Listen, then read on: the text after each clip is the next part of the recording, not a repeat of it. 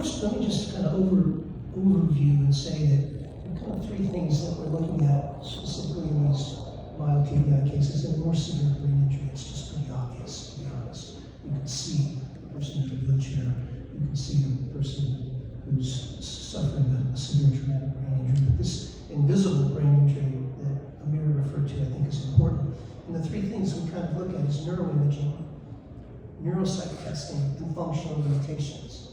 And the functional limitations are the story that Ted is referring to, Marina referring to. And that's the interview process. And so one of the other, I think, important elements of this is to try and make determinations between premorbid and postmorbid, or pre-accident and post-accident functioning.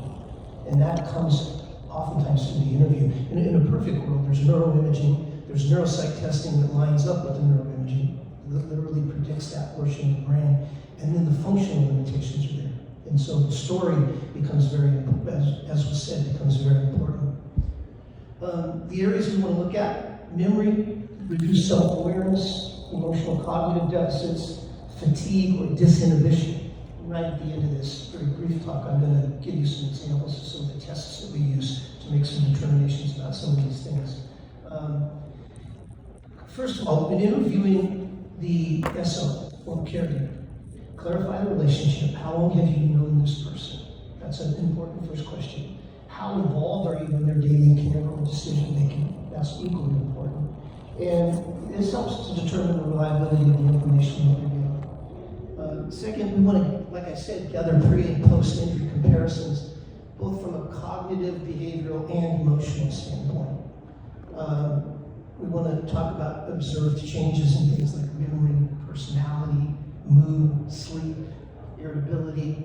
And irritability is a big one because a good number of cases that we deal with, and we both assess and treat, and a good number of cases we deal with, we find significant marital distress because of the changes that occur. And at first, the spouse is patient, but then over time, they start to lose patience with this people that suffer from these conditions. You know, I told them to go into the garage to get something, and never came back with anything. Went to the store, didn't remember half the items, that kind of stuff. Use structured questions to avoid over-general answers. So how often does Joe forget recent conversations now compared to before?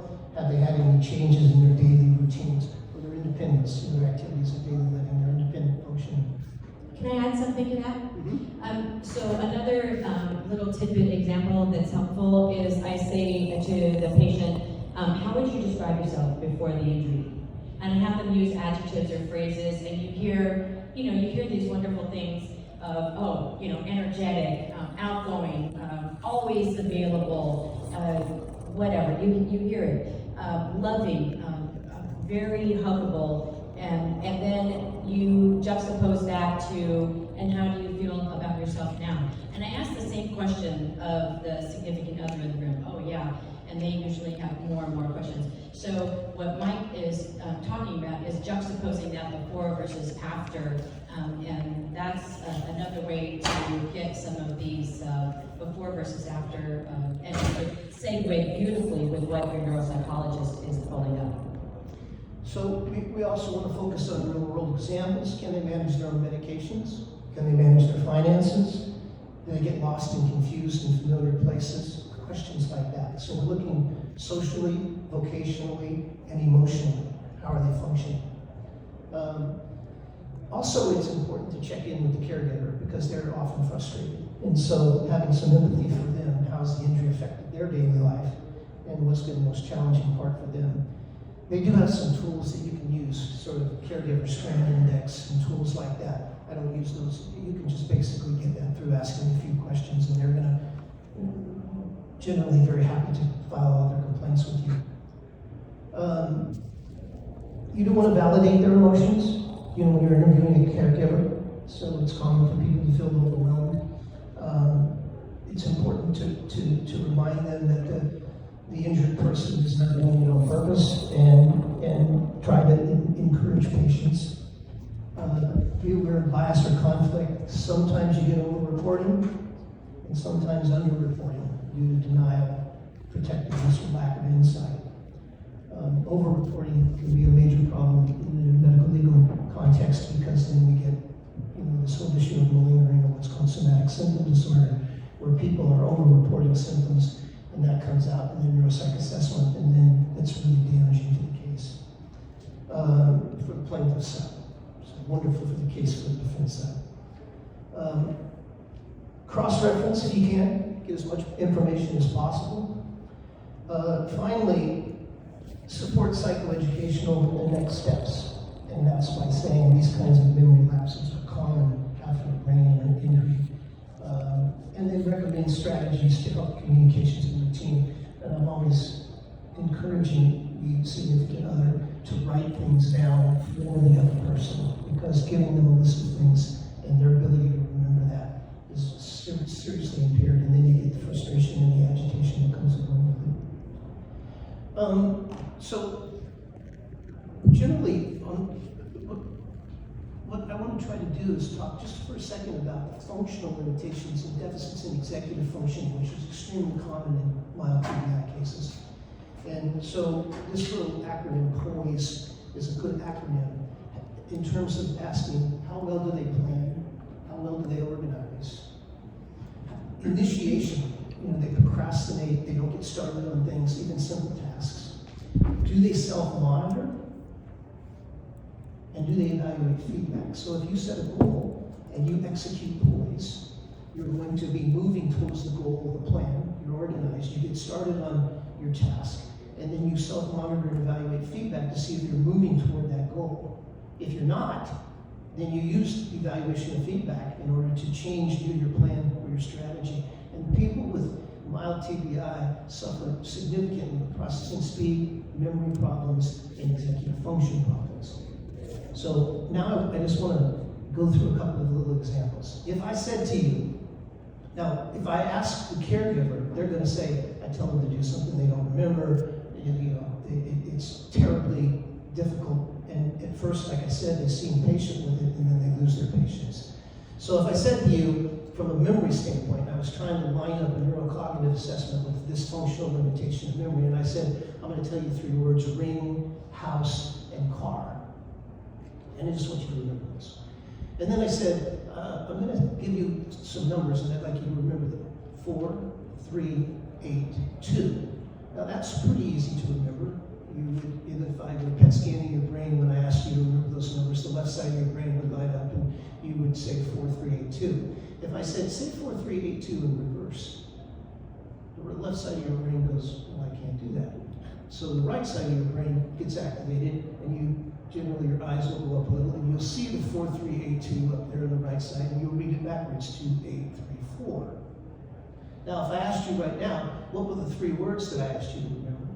There was enough time that elapsed. It was over 30 seconds. So now I've checked your short-term memory, your working memory, and now I'm checking your long-term memory, which is 31 seconds or more. And you'd have to remember the 3 words. Do you remember them? Everybody? Yeah. Generally, that's pretty easy, right? But if the list was long enough, then the scheme wouldn't be there and you would forget them. So imagine we test now using those kinds of examples that I just gave, and we correlate that with our interview with the spouse and with the injured patient in order to show that there are functional limitations in their life that are verified by neuropsychological assessments. This is my part is a neuropsychological perspective on this particular topic. So let's go to another example. We talked about disinhibition. So we get lots of reactivity, we get emotional reactivity, and irritability, lose their patience. If we looked at this, and we're going to check your brain for your inhibitory function, this is a very popular test called the street test. If you read the top line, it's pretty easy, right? Blue, orange, green, red, purple. Now, on the second line, I said, this time I want you to read the color of the ink, not the word. So the first one on the second line says red, but the answer is blue. But the second one says purple, but the answer is green. And if I said, I want you to do this as fast as you can, somebody with a mild TBI, it sounds something like, I mean blue. Or, I mean green. And you can see their inhibitory function is damaged. And you can imagine now how that disinhibition will affect their functional behavior in their family. And just to give you a couple more examples relative to this whole notion of executive functioning and strategy. If I asked you to solve this particular problem, And what you have to do is balance the weights. And I'll give you just a second to see if you can do it. So you pick one of the 5 below and fill it into the question mark. Whoever gets it right gets a door prize.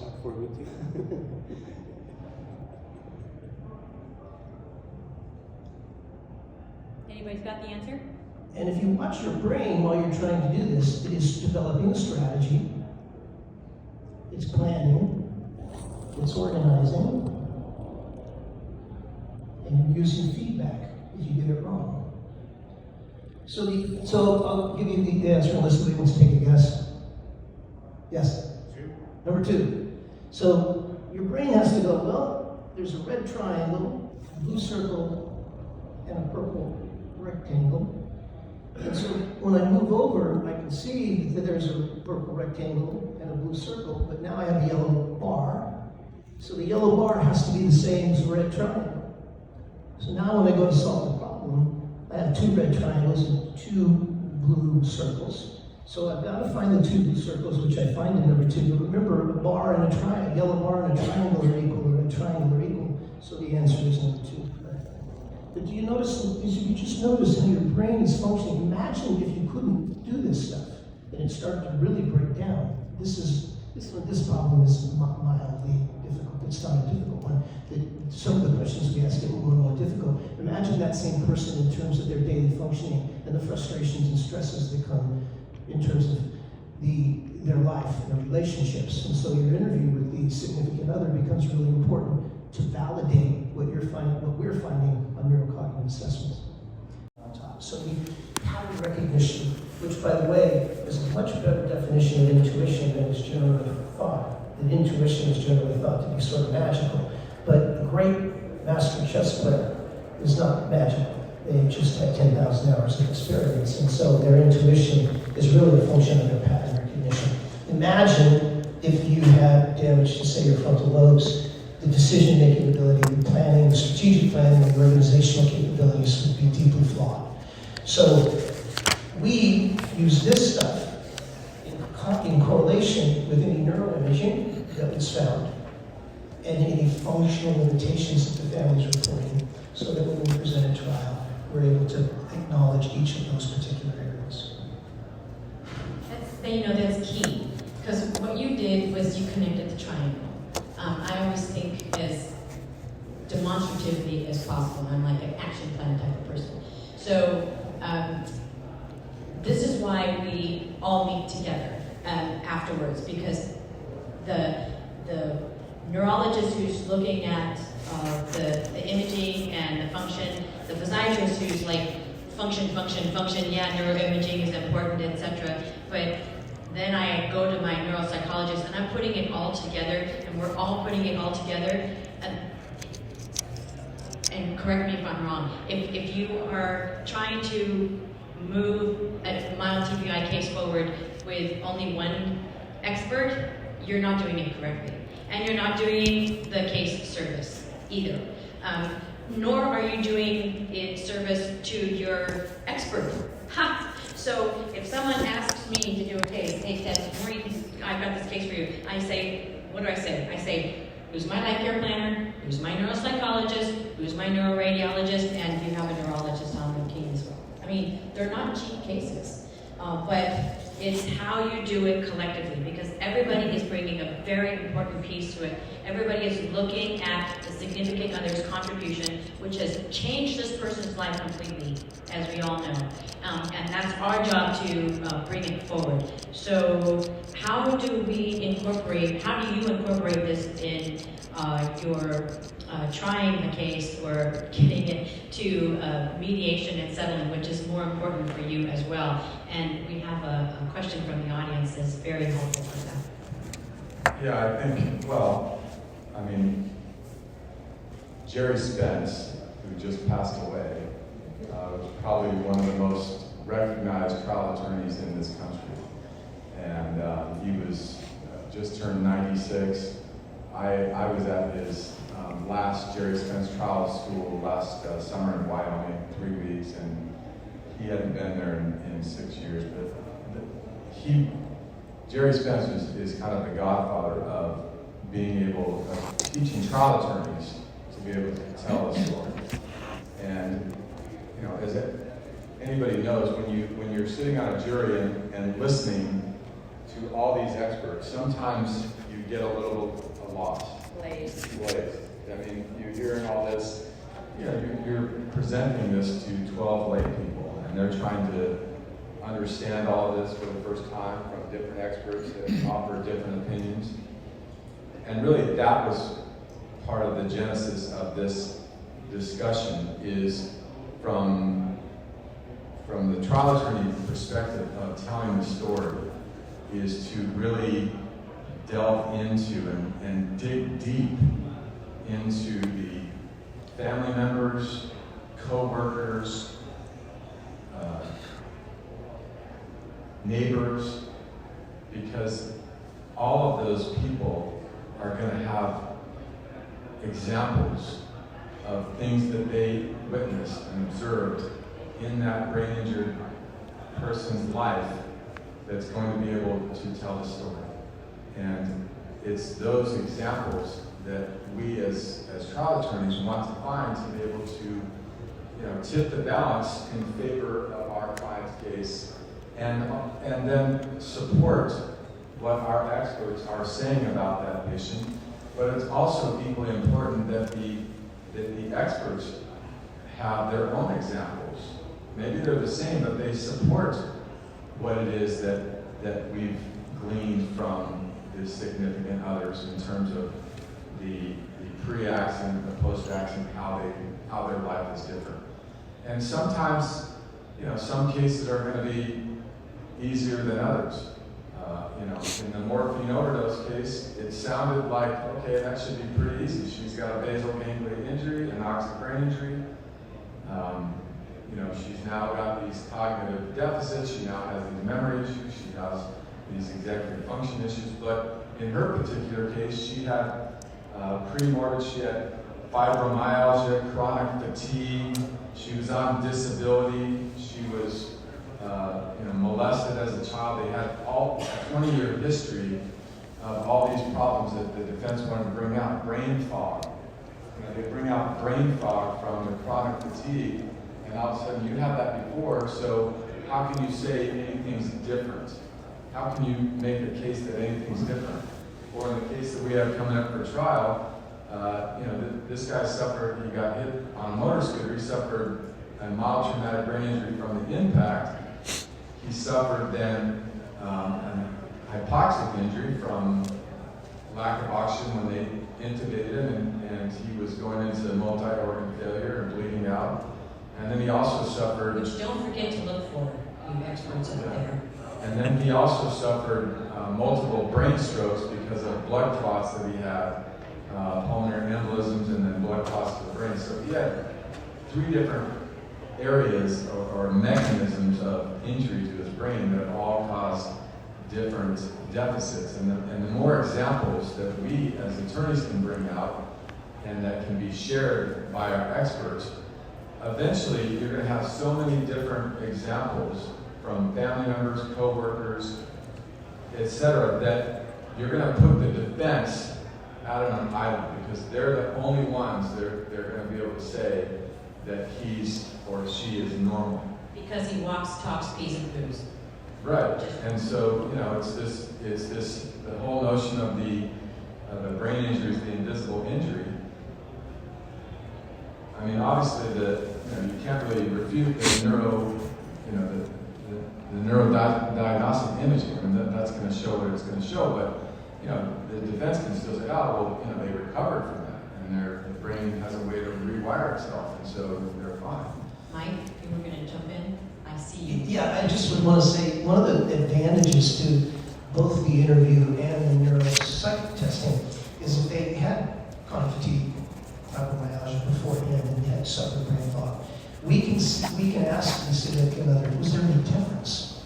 And you know, there are really, doesn't sound bad, but really only 2 defense arguments, and that's malingering or pre-existing condition. And so we do testing to ensure that malingering didn't take place. And the pre-existing condition, see where the memory problem is not just due to brain fog.